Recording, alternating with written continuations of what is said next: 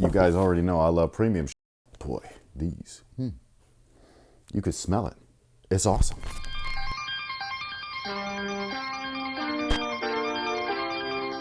Hey, what's going on, guys? My name's Chris. Welcome back to the official WearTesters.com YouTube channel. Today we got a detailed look and breakdown on these potential bad boys. Or actually, I'm gonna roll that back. They're probably bad boys because they're very similar to the last model, the 17s, but this is the Nike KD 18, and this is part of that Black Label collection. These right here are really interesting. The materials on this model, though, that I've seen so far, like some of the leaked colorways, they do look like they're all going to be different variations of leveled up materials along the upper. There's a reason for that. I'll get into that in a little bit. But as far as this particular version of the shoe, this is the LX version. It's the Black Label series. They came in this really weird, flimsy ass box. This box is fucked up, but you know, I got them from Foot Locker, so shout out to Foot Locker. They had all of these shoes. These ones right here come in this little dust bag. They come in a little hang tag. It describes like that they're limited and blah, blah, blah, and all this stuff. They even got this little like, or this is not the one. It says Black Label on the left, but on the right, it says 1 of 1,988. I don't really care about that part. I just like that the product feels elevated. And on top of that, I really like that Nike actually had a collection that dropped for All-Star Weekend. Finally, we haven't had that in like how long? Hopefully that means that we're actually going to get something really dope for Christmas, because remember when that used to be a thing? That was awesome. Now, as far as the shoe is concerned, when I do a review on a launch product, I typically will wait for the brightest, weirdest looking colorway because it's the only one that shows up on camera well. This was not an option, unfortunately, this time. So I'm going to do my best. We'll just kind of like bump up the levels of things and, you know, the exposure and stuff so that hopefully you guys can see all the details that are in it. Now, as far as the outsole, as well as the midsole tooling and technology, I'm gonna kind of like roll all of that into one because that stuff right there is the reason why we're getting more elevated stuff along the upper. And I'm not talking about this version of the shoe, I'm talking about all of them, like the general release versions, where they all look like they actually have nice materials on them in conjunction with some modern stuff like textiles. I believe the reason for that is because they actually reused the tooling on this, and they have not done that on KD's signature series, maybe ever? Maybe they did it between the 1 and the 2. Let me double check that one's tooling.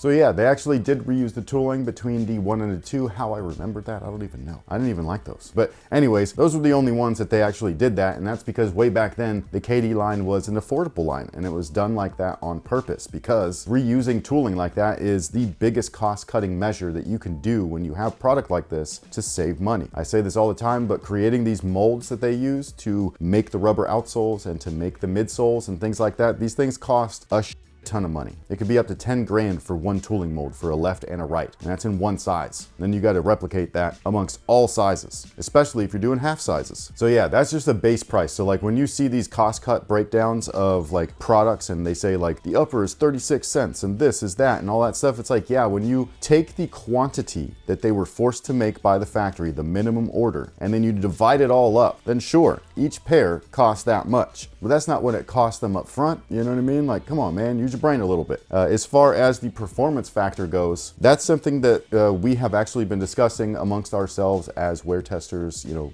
viewers and myself, which is like when we're talking about an outsole, this one right here works really well. Like I actually really like the traction on the KD 17s. So with that, do you want to see, as a customer, brand new outsoles every single time? And I'm not talking about like brand new as in like they're dead stock. I'm talking about like the pattern itself. When they find one that works well, like say the Kobe 9s, do you just want to see every basketball shoe with a Kobe 9 outsole on it? Because it's a basketball shoe at the end of the day. So if that part of the shoe doesn't work, that foundation is ass, then it doesn't matter what they've done to the upper. They could have done the coolest ever. They could have made them the most comfortable thing ever. But if you're just slipping and sliding on a basketball court, it was all for nothing. So that's my thing, which is like, is this okay or is this not okay? I'm not sure. You know, I'm kind of like half and half on it. I love the traction on the last model, so I'm gonna love the traction here. I use this both indoors and outdoors, and it's actually been durable, so I love that too. And by reusing this, again, you get an upper like this, and this is fucking cool. So is that a good reason to reuse tooling?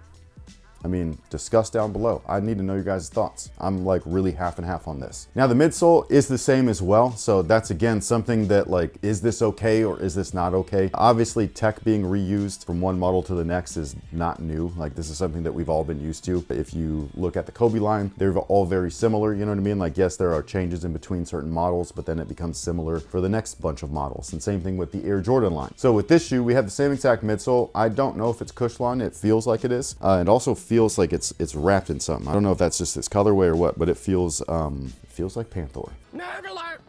What? It's also stupid comfortable too, so like I really like that also. Now inside of that is the same exact tech setup. You've got a very large volume zoom unit in the forefoot, and then from the midfoot back, you've got that air unit that is the air strobel. I don't actually love that thing. I wish it was a zoom strobel, but my main issue with it was just that the piece of shit insole right here, the first colorway of the KD17s that I had, the glue didn't actually go all the way down, kind of like stopped and like tapered out. I think that it was just a flaw with my personal pair, but it made it so that the insole, once I started really sweating in the shoe, was just sliding and rolling underneath my feet. I did get a second pair, the penny colorway. That never was an issue with that colorway. I still wear those to this day. So I think it was just mine. I had to even explain that in that first video. I was like, I think that it's just mine didn't have the glue all the way down, but yeah, that's pretty much what it was. But either way, I don't love those air units that are in there. They're not the best, but they get the job done. So, I mean, it's fine. And just in case you wanted to see in there, that is what it looks like. So that's that airbag that I'm talking about. And then the forefoot underneath that little pour-on piece is actually a very large volume zoom unit. Oh, dang, look at that liner's pretty cool. And it looks like the toe is kind of shiny. Is that reflective? Yep, yep, yep. Now the upper on these guys is, well, to put it like bluntly, it's fucking beautiful. I love the way that this looks. This is fantastic. And yes, they're still pulling from Nike's past. I know that some people don't like that. I think that when you do it like this, I think that it works. I think that when they do it like the DN stuff and they try to like make you think that this is brand new, it doesn't work. You know what I mean? When they're honest with you and they're like, yeah, we're actually pulling from the past, you're like, cool, I like that. When they're lying to you and they're just like, this is brand new stuff, we're geniuses, you're just like, no, you did that already, dude. Come on now, come on. But basically the upper on these guys is pulled from one of KD's favorite shoes, dubbed the Nike Air Terra Humera. It's kind of like an ACG model, so it's like an outdoorsy style of shoe. For me personally, I am not a fan of those, but I think that they look great on like this shoe. Like I think that this looks fantastic. So the toe area is got this like really like rugged, cracked leather, like it feels durable. Underneath that is just a basic textile, so they're saving costs there. But then it's this cage that's on here, this TPU rubber cage. It's got spikes on it and like this thing's sick, dude. Like I like this. This is killer. This is awesome. It's also part of the eye stay. I really like the way that it looks and feels. On the back half of the materials, like this is just some like premium feeling. Dude, you got nubuck on there. It's textured. It's got some weird look to it. It almost like looks like snakes and shit. You got that on the tongue as well. That will probably not be on the general release versions. It'll probably be mesh, but I think that it looks fantastic as it is here. And then you got a cool KD logo, like really heavily embroidered on there. It all looks really good together, man. Like Hubba hubba.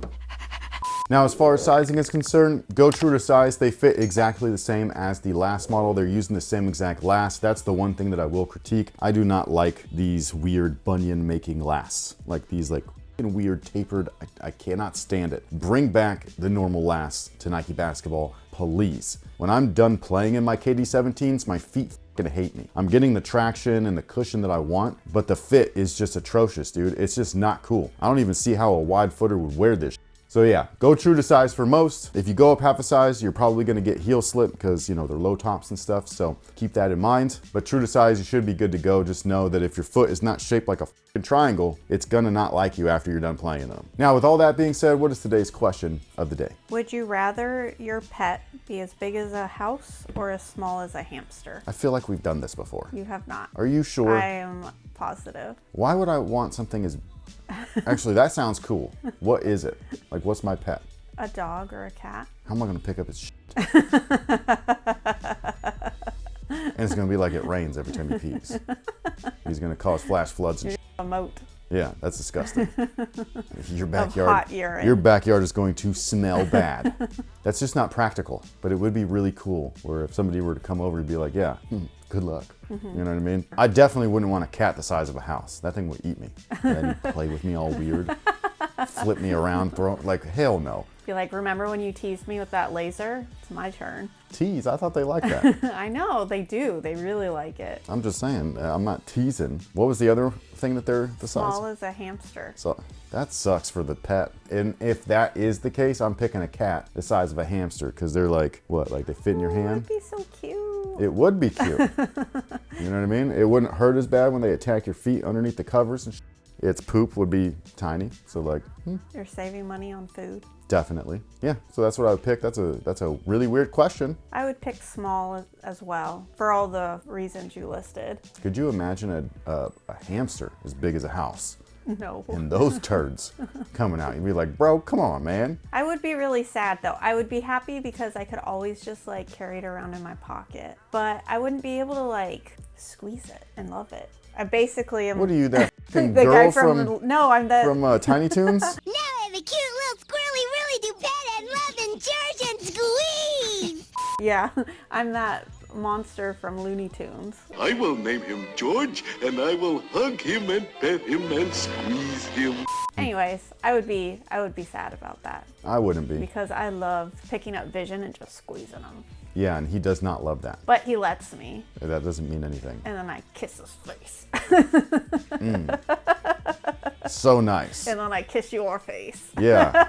Ew. That's gross. After he took a dump in his litter box. Ugh. Anyways, what about you guys? If you were to pick a cat or a dog, and it had to be as big as a house or as small as a hamster, which one you going with? But most importantly, talk about the KD18 down below in the comment section. You can also talk about the rest of the Black Series and stuff like that. We did get one other model. We will be reviewing this as well, but we did not get the whole thing because they're just not my thing. So I grabbed the two new models out of the pack. If you wanted to guess what that other one is, feel free to leave a comment down below. You'll probably be right. But anyways, with that being said, thank you so much for watching. Thank you so much for hanging out with us. We greatly appreciate it. We will catch you guys in the next one. So until then, y'all have a good one.